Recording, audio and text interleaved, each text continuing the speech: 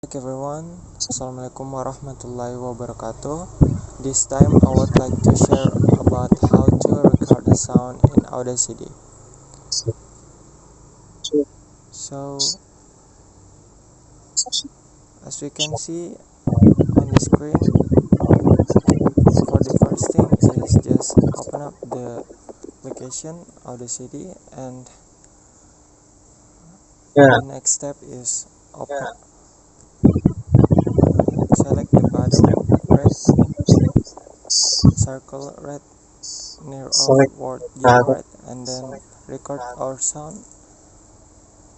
And after that, just bottom the control plus S, and after that write down our file name. It's easy for us to find our record. I think that's all. Thank you. Wassalamualaikum warahmatullahi wabarakatuh.